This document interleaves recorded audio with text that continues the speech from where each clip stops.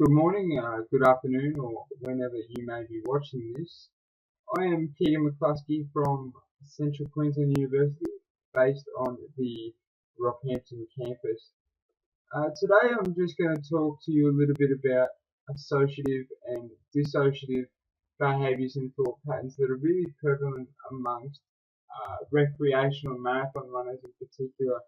And then I'm going to finish up by really recommending which one you should use if your focus or primary aim was just at finishing a marathon race. So the reason that pretty much all marathon runners, whether you're recreational or you're an elite Olympic athlete, use behaviours and thought patterns such as these two is that at some point in time during your career, during a marathon, it doesn't matter whether it's your first or your 101st race, at some point you're going to hit what professionals and analysts call the wall. Hitting the wall is just basically when the body's energy stores become depleted and a runner's physical condition can really deteriorate at quite a rapid rate, which can lead to quite serious injuries and can have long-term effects.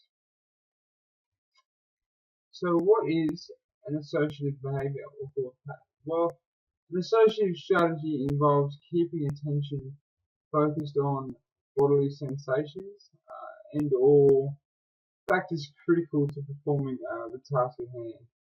So if you were to put it simply, association equates to pure concentration on a task. People who are more experienced in their field of sport, especially marathon running, may be able to make better use of these associative strategies because they won't be intimidated, they won't become panicky when they experience these various symptoms that they can encounter while distance running. From a medical perspective, many can argue that associative behaviours are actually far superior to dissociative behaviours, as a runner can really monitor their physical state at any given time during the race. They can monitor things like their heart rate, muscle soreness, muscle fatigue, and dehydration. And then they can take the necessary steps to reduce the impact of these symptoms or even prevent serious injury and possible long-term effects. So on the other side of the scale, we have dissociative. Dissociative thought patterns are the polar opposite, and these are the behaviours that are not task-orientated and really try and take the focus off of what a runner is doing. In essence, what you're trying to do when you use this cognitive technique is try and trick yourself into thinking that you're not really running. And what you're going to do is focus on the external environment.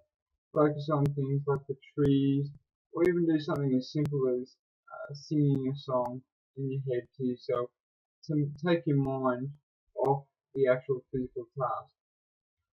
Dissociative athletes, and in particular marathon runners, they use this technique with the focus of really trying to ignore all of, or at least some of, the body's physical cues that can pop up during a race and really hamper an athlete's ability to finish.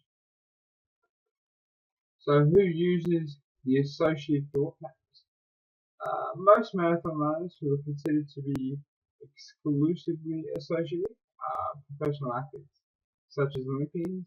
But you can also see it in just your regular seasoned or experienced marathon runners, and starts to pop up as well in naturally driven individuals. So who uses dissociative thought patterns? Well, it's really hard to say that an athlete is exclusively dissociative because when they become alarmed by these physical cues, they generally switch over, or because most of those who try to be solely dissociative get injured frequently or only stay within the sport for a short period of time and never really follow through with it. The most common use of these two techniques, believe it or not, is actually together. This is often the case when a participant will often enter a race, have their headphones in and listening to the music. They plan to remain dissociative throughout the whole race, but later again become alarmed at physical cues the body presents during the race. So if we put it all into practice, let's say Patrick was a recreational marathon runner and his goal was to finish the race.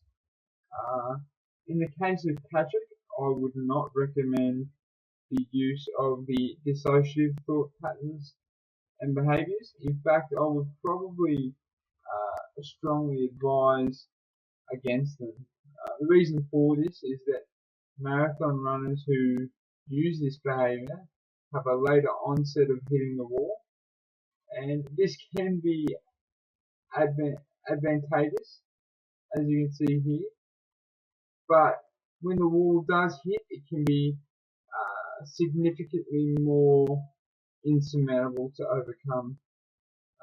I say this because athletes are so focused on blocking out the physical cues, there could be warning signs that when it gets to the point where they can no longer be ignored, the athlete often gets injured or has to pull out of the race, which with Patrick is exactly what he doesn't want, given that his specific goal is to finish. So this leaves us with the associative behaviour or thought pattern.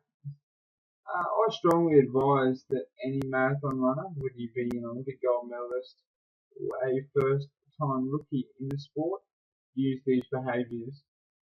Now, I would be lying to you if I said that it doesn't have any disadvantages. So what I will say to you is that its disadvantages are fairly insignificant compared to the risks involved with using that of its counterpart, the dissociative behaviours.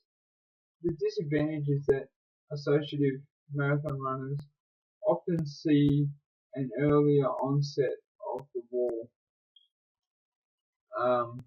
This is because a runner is so aware of their bodily status and is hyper-aware and expecting physical cues that will result in the wall. Now this might sound bad because you would think the later the better. Well, in this case I had to break it to you, but you would be wrong because this does happen so early and you're mentally preparing for it. It can actually be easier to break through and continue with your run without detrimental effects. The best example of this was submitted to the British Journal of Sports Medicine. The study analysed cognitive orientation in marathon running, and in particular at hitting the wall. Participants were entrants in the 1996 London Marathon. The final sample consisted of 66 participants, of which 35 were first-time marathoners.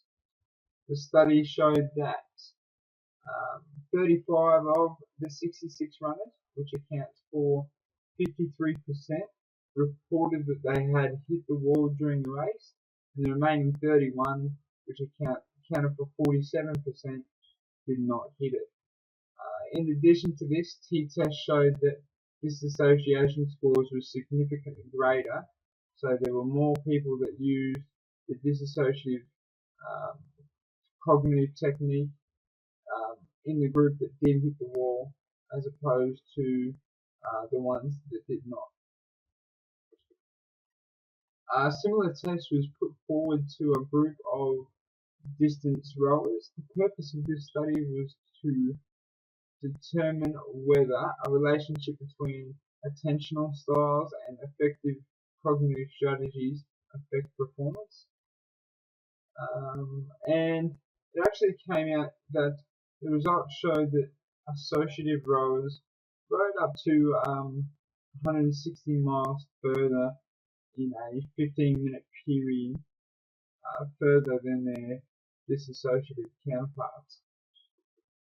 So in summary, for recreational marathon runners with the simple goal of just finishing the race, you should really use the dissociative thought patterns and behaviours because they can really increase athletic output. They can act as a stimulus to enhance performance and potentially diminish the chances of hitting the wall and reduce the risk of severe injury. These are the references I used to create this presentation.